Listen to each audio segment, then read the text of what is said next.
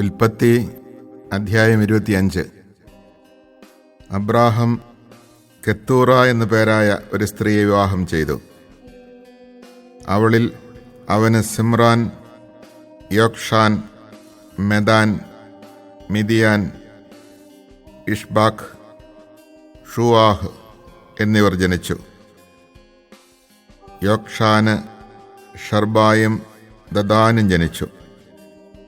ദദാന്റെ മക്കളാണ് അഷൂറിം, ലത്തുഷിം, ലൗമീം എന്നിവർ.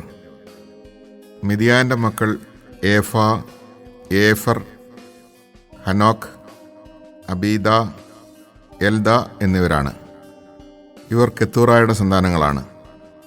അബ്രാഹം തനിക്കുണ്ടായിരുന്നതെല്ലാം ഇസഹാക്കിന് കൊടുത്തു. തൻ്റെ ഉപനാരികളിലുണ്ടായ മക്കൾക്കും അബ്രാഹം ധാരാളം സമ്മാനങ്ങൾ നൽകി. താൻ ജീവിച്ചിരുന്നപ്പോൾ തന്നെ അവരെയെല്ലാം മകനായ ഇസഹാക്കിൽ നിന്ന് ദൂരെ കിഴക്കൻ ദേശത്തേക്ക് അയച്ചു.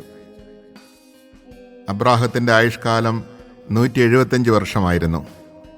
തൻ്റെ വർഷങ്ങൾ പൂർത്തിയായപ്പോൾ തികഞ്ഞ വാർദ്ധക്യത്തിൽ അബ്രാഹം അന്തിശ്വാസം വലിക്കുകയും തൻ്റെ ജനത്തോട് ചേരുകയും ചെയ്തു.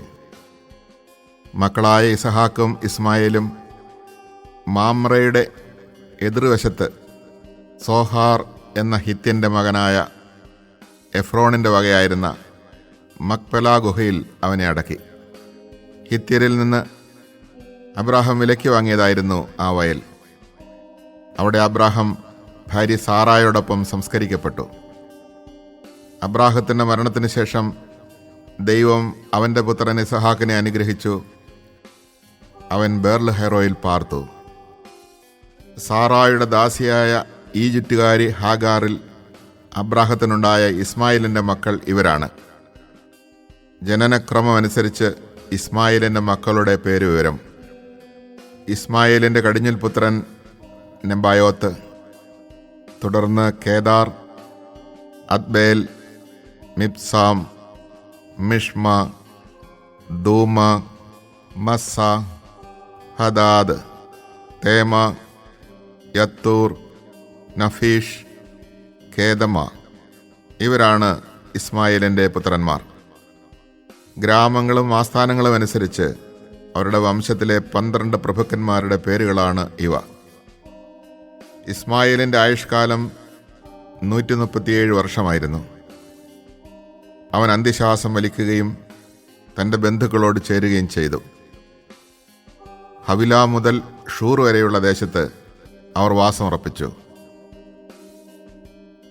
അസീറിയയിലേക്കുള്ള വഴിയിൽ ഈജിപ്തിൻ്റെ എതിർവശത്താണ് ഷൂർ. അവർ ചാർച്ചക്കാരിൽ നിന്നെല്ലാം അകന്നാണ് ജീവിച്ചത്. അബ്രാഹത്തിൻ്റെ പുത്രനായ ഇസഹാക്കിൻ്റെ വംശാവലി. അബ്രാഹത്തിൻ്റെ മകൻ ഇസഹാക്കിന് 40 വയസ്സുള്ളപ്പോൾ അവൻ റബേക്കായെ ഭാര്യയായി സ്വീകരിച്ചു.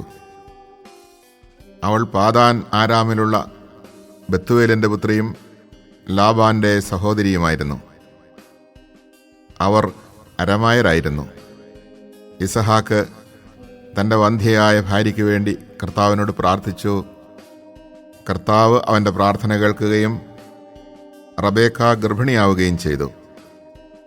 അവളുടെ ഉദരത്തിൽ കിടന്ന് കുഞ്ഞുങ്ങൾ മല്ലിട്ടപ്പോൾ അവൾ കർത്താവിനോട് ചോദിച്ചു, ഇങ്ങനെയെങ്കിൽ എനിക്കെന്ത് സംഭവിക്കും? അവൾ കർത്താവിൻ്റെ തിരുമനസ്സറിയുവാൻ പ്രാർത്ഥിച്ചു. കർത്താവ് അവളോട് അരുളി ചെയ്തു, 2 വംശങ്ങളാണ് നിന്റെ ഉദരത്തിലുള്ളത്. നിന്നിൽ നിന്ന് പിറക്കുന്നവർ 2 ജനതകളായി പിരിയും. ഒന്ന് മറ്റേതിനേക്കാൾ ശക്തമായിരിക്കും. മൂത്തവൻ ഇളയവന് ദാസ്യവൃത്തി ചെയ്യും. അവൾക്ക് മാസം തികഞ്ഞപ്പോൾ അവളുടെ ഉദരത്തിൽ 2 ശിശുക്കൾ. ആദ്യം പുറത്തു വന്നവൻ ചെമന്നിരുന്നു. അവൻ്റെ ദേഹം മുഴുവൻ രോമക്കുപ്പായം ഇട്ടതുപോലെയായിരുന്നു. അവർ അവൻ ഏസാവ് എന്ന് പേരിട്ടു. അതിനുശേഷം അവൻ്റെ സഹോദരൻ പുറത്തു വന്നു. ഏസാവിൻ്റെ കുതികാലിൽ അവൻ പിടിച്ചിരുന്നു. അവനെ യാക്കോബ് എന്ന് വിളിച്ചു. ഇസഹാക്കിന് 60 വയസ്സായപ്പോഴാണ് അവൾ അവരെ പ്രസവിച്ചത്. കുട്ടികൾ വളർന്നു വന്നു. ഏസാവ് നായാട്ടിൽ സമർത്ഥനും കൃഷിക്കാരനുമായി. യാക്കോബ് ശാന്തനായിരുന്നു, അവൻ കൂടാരങ്ങളിൽ പാർത്തു. വേട്ടയാടിക്കൊണ്ടുവന്നിരുന്ന മാംസം തിന്നാൻ കിട്ടിയിരുന്നതിനാൽ ഇസഹാക്ക് ഏസാവിനെ വളരെയധികം സ്നേഹിച്ചിരുന്നു. റബേക്കായ്ക്ക് യാക്കോബിനോടായിരുന്നു കൂടുതൽ സ്നേഹം. ഒരിക്കൽ യാക്കോബ് പായസമുണ്ടാക്കിക്കൊണ്ടിരുന്നപ്പോൾ ഏസാവ് വിശന്ന് തളർന്ന് വയലിൽ നിന്ന് വന്നു. അവൻ യാക്കോബിനോട് പറഞ്ഞു, ആ ചമന്ന പായസം കുറച്ച് എനിക്ക് തരിക, ഞാൻ വളരെ ക്ഷീണിച്ചിരിക്കുന്നു. അതിനാൽ അവന് ഏദോം എന്ന പേരുണ്ടായി. യാക്കോബ് പ്രതിവചിച്ചു, ആദ്യം നിന്റെ കടിഞ്ഞൂലവകാശം എനിക്ക് വിട്ടുതരിക. ഏസാവ് പറഞ്ഞു, ഞാൻ വിശന്ന് ചാകാറായി, കടിഞ്ഞൂലവകാശം കൊണ്ട് എനിക്കിനി എന്ത് പ്രയോജനം? യാക്കോബ് പറഞ്ഞു, ആദ്യം എന്നോട് ശപഥം ചെയ്യുക. ഏസാവ് ശപഥം ചെയ്തു. അവൻ തൻ്റെ കടിഞ്ഞൂലവകാശം യാക്കോബിന് വിട്ടുകൊടുത്തു. യാക്കോബ് അവന് അപ്പവും പയറുപായസവും കൊടുത്തു. തീറ്റയും കുടിയും കഴിഞ്ഞ് അവൻ എഴുന്നേറ്റ് പോയി. അങ്ങനെ ഏസാവ് തൻ്റെ കടിഞ്ഞൂലവകാശം നിസാരമായി കരുതി. Chapter 25. Abraham married another wife, whose name was Keturah. She bore him Zimran, Jokshan, Medan, Midian, Ishbak, and Shua. Jokshan became the father of Sheba and Dedan. The descendants of Dedan were the Ashurim, the Letushim, and the Leumim. The descendants of Midian were Ephah, Epher, Hanoch, Abida, and Eldah. All of these were descendants of Keturah. Abraham deeded everything that he owned to his son Isaac. To his sons by concubinage, however, he made grants while he was still living, as he sent them away eastward to the land of Kedem, away from his son Isaac. The whole span of Abraham's life was 175 years. Then he breathed his last, dying at a ripe old age, grown old after a full life, and he was taken to his kinsmen. His sons Isaac and Ishmael buried him in the cave of Machpelah in the field of Ephron, son of Zohar the Hittite, which faces Mamre, the field that Abraham had bought from the Hittites. There he was buried next to his wife Sarah. After the death of Abraham, God blessed his son Isaac, who made his home near Beer Lahai Roi. These are the descendants of Abraham's son Ishmael, whom Hagar the Egyptian, Sarah's slave, bore to Abraham.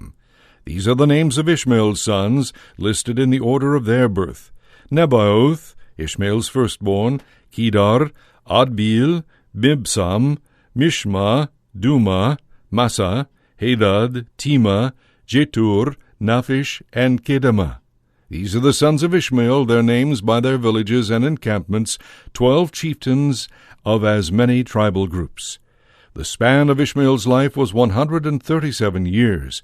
After he had breathed his last and died, he was taken to his kinsmen. The Ishmaelites ranged from Havilah by Shur, which is on the border of Egypt, all the way to Ashur, and each of them pitched camp in opposition to his various kinsmen. This is the family history of Isaac, son of Abraham. Abraham had begotten Isaac. Isaac was 40 years old when he married Rebekah, the daughter of Bethuel the Aramean of Padan Aram, and the sister of Laban the Aramean. Isaac entreated the Lord on behalf of his wife, since she was sterile. The Lord heard his entreaty, and Rebekah became pregnant. But the children in her womb jostled each other so much that she exclaimed, "If this is to be so, what good will it do me?" She went to consult the Lord, and he answered her, "Two nations are in your womb. 2 peoples are quarreling while still within you. But one shall surpass the other, and the older shall serve the younger."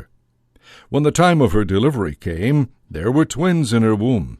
The first to emerge was reddish, and his whole body was like a hairy mantle. So they named him Esau. His brother came out next, gripping Esau's heel. So they named him Jacob. Isaac was 60 years old when they were born.